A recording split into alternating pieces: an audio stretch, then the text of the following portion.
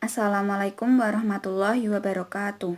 Saya Tian Ainun Naim Pitaloka, nomor absen 33 dari kelas 11 MIPA 6. Di sini saya akan menjelaskan tentang gestasi atau kehamilan. Sebelum menjadi janin, zigot akan mengalami pembelahan. Pembelahan ini ada 3 tahap, yaitu tahap pertama morula, kemudian blastulasi, dan kemudian gastrulasi. Seperti gambar yang sudah saya siapkan, ini adalah ovum, kemudian mengalami fertilisasi dan menjadi zigot. Zigot akan membelah menjadi dua bagian, 4 bagian, dan seterusnya sampai menjadi sel yang sangat padat. Tahap ini disebut morula. Di sini belum terjadi diferensiasi sel. Diferensiasi yaitu di mana sel belum membelah menjadi 2 sel yang berbeda. Nah, setelah itu tahap blastulasi. Tahap blastulasi di sini sudah terjadi diferensiasi. Seperti ini sel, ini juga sel. Luarnya ini namanya trophoblast. Ini akan menjadi ari-ari. Yang dalamnya ini namanya ICM atau inner cell mass. Inner cell mass ini yang akan menjadi tubuh kita. Yang rongga ini namanya blastosol. Kemudian semua ini namanya blastokista. Tahapnya disebut blastulasi. Kemudian membelah lagi menjadi bagian ini 3 bagian.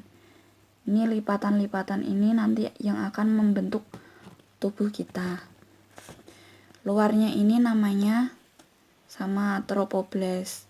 Yang atas ini namanya ektoderm. Ektoderm ini yang nanti akan menjadi kulit dan sistem syaraf kita. Yang tengah ini namanya mesoderm. Mesoderm ini yang nanti akan menjadi otot, tulang, dan peredaran darah kita. Yang terakhir ini namanya endoderm. Endoderm yang nanti akan menjadi saluran pencernaan kita. Tahap ini namanya gastrulasi.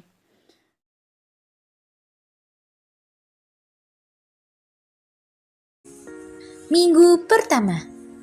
Setelah terjadinya pembuahan, yaitu bertemunya sel telur dan sperma, maka akan terbentuk jaringan yang terdiri dari 100 sel yang nantinya akan menjadi cikal bakal janin. Setelah membelah dan memperbanyak sel, calon janin atau embrio tersebut akan menempel pada rahim, yaitu tempat tumbuh kembangnya selama kehamilan terjadi. Minggu kedua.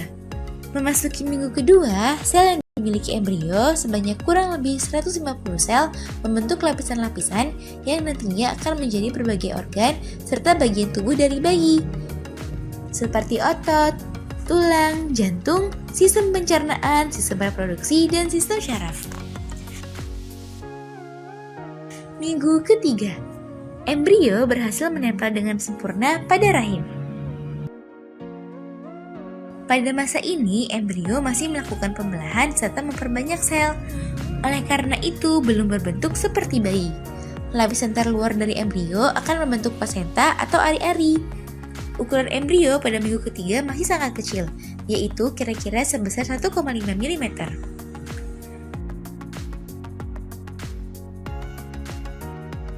Minggu keempat. Pada minggu keempat, jantung sudah terbentuk dan mulai berfungsi, dan pembuluh-pembuluh darah sudah memiliki aliran darahnya sendiri.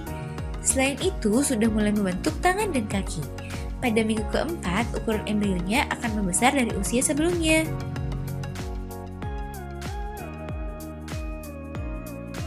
Minggu kelima, tangan bayi sudah mulai tumbuh, namun masih tidak berbentuk seperti tangan, masih rata tanpa jari-jari.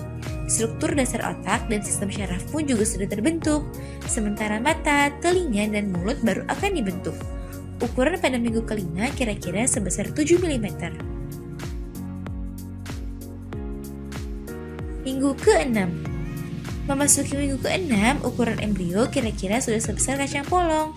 Kaki sudah mulai tumbuh walaupun jari-jari kaki belum terbentuk. Sistem pencernaan baru mulai akan terbentuk. Sementara, bibir atas dan langit-langit mulut sudah terbentuk. Kepala dari embrio sudah mulai terlihat namun ukurannya masih sangat kecil. Dan terlihat bahwa telinga dan mata sedang berkembang. Minggu ke-7. Ukuran embrio ketika memasuki minggu ke-7 adalah sekitar 19 mm. Pada tahap ini, paru-paru baru akan dibentuk, jari-jari sudah mulai terlihat, dan otot serta sistem syaraf sudah mulai berfungsi dengan baik. Oleh karena itu, pada masa ini, embrio sudah bisa menunjukkan refleksnya pada bunda. Minggu ke-8. Di minggu ke-8, embrio sudah bisa disebut janin karena sudah memiliki bentuk serta wajah seperti manusia. Kelopak mata dan hidung mulai terbentuk pada minggu ini. Pada tahap ini, plasenta berkembang dan janin dikelilingi air ketuban yang terbentuk dari pembuluh-pembuluh darah bunda. Minggu ke-9. Wajah pada janin semakin jelas terbentuk, mata lebih besar dan berwarna. Sesuai dengan pigmen yang dimiliki masing-masing janin. Janin sudah mampu untuk membuka mulutnya serta pita suara dari kelenjar air liur mulai terbentuk. Janin yang berusia 9 minggu kira-kira berukuran sebesar jeruk limau atau sekitar 5,5 cm.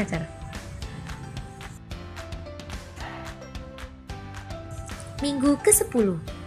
Janin yang berusia 10 minggu masih memiliki kepala yang lebih besar dibandingkan dengan ukuran badannya. Jantung sudah bekerja secara sempurna dan berdetak 180 kali per menit. Sel tulang pertama kali terbentuk, menggantikan tulang rawan yang sebelumnya sudah dibentuk.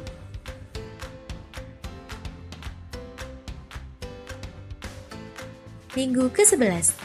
Tulang wajah mulai terbentuk, kelopak mata masih tertutup dan tidak akan terbuka hingga beberapa minggu ke depan. Kuku juga sudah mulai terbentuk.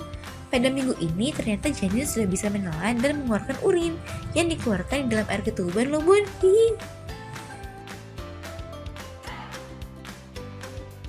Minggu ke-12. Mulai dari minggu ini akan terjadi perkembangan dan pematangan dari berbagai organ yang telah dibentuk sebelumnya. Tulang belakang janin yang tadinya terbentuk dari tulang rawan pada minggu ke-12 akan berubah menjadi tulang keras. Minggu ke-13 sampai 17. Ketika memasuki usia minggu ke-13 sampai 17, berat janin sebesar 57 sampai 113 gram dan panjangnya sekitar 10 sampai 13 cm. Pada minggu ke-16, janin sudah bisa dilihat jenis kelaminnya. Apakah ia laki-laki atau perempuan sudah dapat diketahui dengan melakukan USG. Muncul rambut-rambut halus pada kepala yang disebut sebagai lanugo. Minggu ke-18 sampai 22. Ukuran janin sudah mencapai 25 hingga 28 cm dan memiliki berat 227 sampai 454 gram. Pada tahap ini, janin mulai bisa mendengar dan memberikan respon gerakan. Oleh karena itu, bunda bisa merasakan tendangan, pukulan, dan berbagai gerakan dari janin.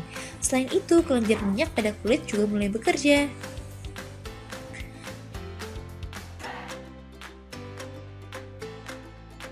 Minggu ke-23 sampai 26. Pankreas janin mulai bekerja secara efektif dan paru-paru semakin matang pada tahap ini. Bayi yang lahir ketika masuk ke minggu ke-23 sampai 26 memiliki lebih besar peluang untuk bertahan hidup dibandingkan dengan minggu-minggu sebelumnya. Bulu mata dan alis pun juga mulai terlihat. Pada minggu ke-26, janin mulai bisa menghirup dan mengeluarkan cairan ketuban yang merupakan pertanda baik karena dengan demikian ia sekaligus berlatih untuk bernafas.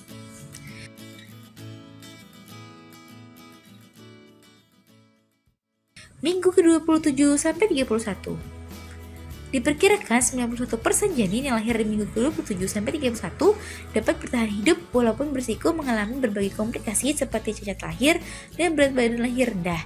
Pada dasarnya, semua organ dan sistem tubuh sudah semakin matang pada usia ini dan akan terus berkembang hingga kelahiran nanti.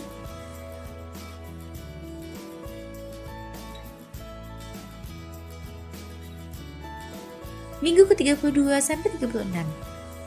Gerakan dan tendangan yang dilakukan oleh janin semakin kuat dan semakin terasa. Saat ini kulit janin berwarna pink dan sangat halus. Janin pada usia ini memiliki berat sebesar 1,8 hingga 2,3 gram dan panjang sekitar 41-43 cm. Pada minggu ke-34, sistem syaraf pusat dan paru-parunya akan semakin matang dan pergerakan tidak sesering atau seheboh sebelumnya. Janin dalam kandungan akan semakin turun ke area panggul pada usia kehamilan pekan ke-36 seiring mendekatnya hari persalinan.